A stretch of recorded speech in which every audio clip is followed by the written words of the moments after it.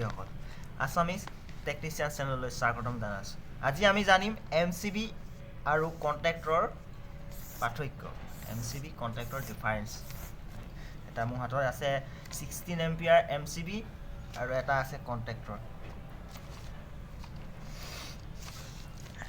প্ৰথমতে জানিছোঁ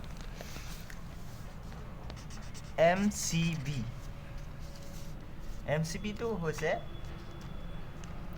এটা সাৰ্কিট ব্ৰেকাৰ।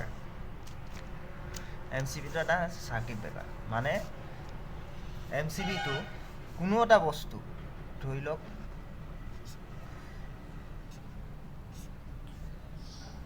বাল্ব এটাই দেখুৱাইছোঁ, বাল্ব এটা MCBটো জ্বলাবলৈ হ'লে এই MCBটোৰ মেনুৱেলি অন কৰিব লাগিব। তেতিয়া কানেক্ট হৈ যাব এইটো পইণ্টে, তেতিয়া এই বাল্বটো জ্বলি উঠিব। ইয়াৰ মেইন কি হৈছে, আপোনাৰ এই কাম কৰে অভাৰলোড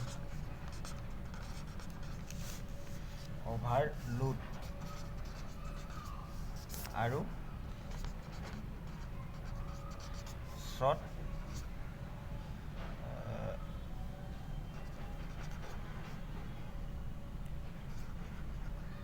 শ্বৰ্ট চাৰ্কিট।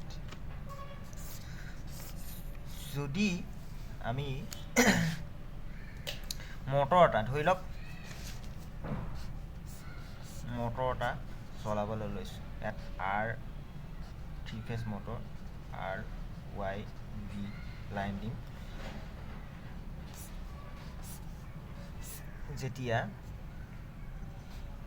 এটাত বেকাৰ মানে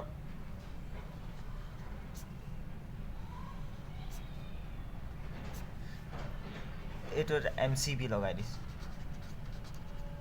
MCB ধৰি লওক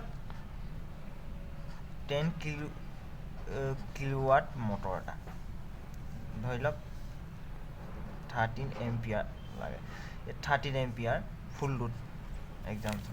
যদি 13 এম্পিয়াৰতকৈ বেছি হৈ এইটো, যেতিয়া MCBটো আমি এইটো অন কৰি দিলোঁ, এইটো কানেক্ট হৈ গ'ল, ইয়াৰ পৰা ছাপ্লাই গ'ল, মটৰটো ৰানিং হৈ গ'ল, মটৰটো ৰানিং হৈ গ'ল। যেতিয়া ইয়াত কাৰেণ্টটো ফ্ল'য়িং হওঁতে 13 এম্পিয়াৰ মান MCB ধৰি, 13 এম্পিয়াৰ একচুৱেলি MCB 16 এম্পিয়াৰ ধৰি লওক, এইটো 16 এম্পিয়াৰ লাগে। মোৰ হাতত যিহেতু 16 এম্পিয়াৰ আছে, সেইটো কাৰণে 16 এম্পিয়াৰ বুজাইছোঁ। 16 এম্পিয়াৰ এটা ফুল লোড মানে 16 এম্পিয়াৰ কাৰেণ্ট যেতিয়া ফ্ল'য়িং হ'ব, তাতকৈ বেছি হ'লে মটৰটো হয়তো জ্বলি যাব পাৰে। সেইটো বাবে আমি 16 এম্পিয়াৰ লগাইছোঁ। 16 এম্পিয়াৰ যেতিয়া 16 এম্পিয়াৰতকৈ বেছি কাৰেণ্ট ফ্ল'য়িং হ'ব, তেতিয়াই MCBটো টিপ হৈ যাব। বুজি পালে? অভাৰলোড, যাক কয় অভাৰলোড। আৰু যদি মটৰটো কেনেবাকৈ শ্বৰ্ট চাৰ্কিট হৈছে, তেতিয়াও এই MCBটো হৈ যাব। কিন্তু কণ্টেক্টৰটো এটা বেকাৰে হয়, চাৰ্কিট বেকাৰে হয়। এই কণ্টেক্টৰটো আমি ধৰি লওক 3টা পইণ্ট,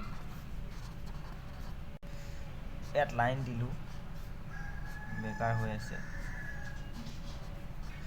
যেতিয়া আমি ইয়াত লাইন দিলোঁ, লাইন মানে A1 কণ্টেক্টত A2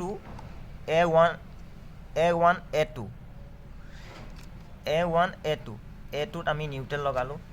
contractor A1 A2 ধৰি লওক A2ত নিউট্ৰেল লগালোঁ আৰু A1ত ফেজ লাইন লগালোঁ। তেতিয়া কণ্টেক্টৰটো অন হৈ যাব, মানে এইটোৱে এতিয়া কানেক্ট হৈ যাব। তেতিয়া আপুনি এই ছাপ্লাইটো মটৰলৈ গুচি যায়।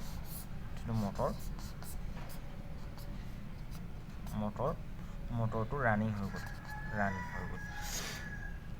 যেতিয়া ইয়াত ছাপ্লাই পাব, ইয়াত কোনো ধৰণৰ ছেফটি নাথাকে। কাৰণ ছেফটি এইটো কাৰণে নাথাকে, যদি ইয়াত আপুনি 16 এম্পিয়াৰতকৈ যদি বেছিও কাৰেণ্ট যায়, কিন্তু এই কণ্টেক্টৰ অফ নহয়। ডিফাৰেঞ্চ সেইটোৱে।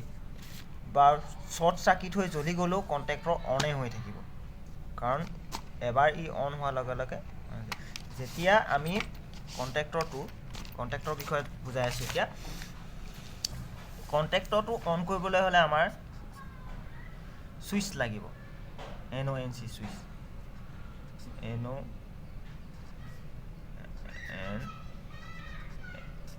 ছুইচ লাগিব। সেইটো বাৰু পিছত মই কানেকশ্যন কৰোঁতে বুজাম আপোনালোকক।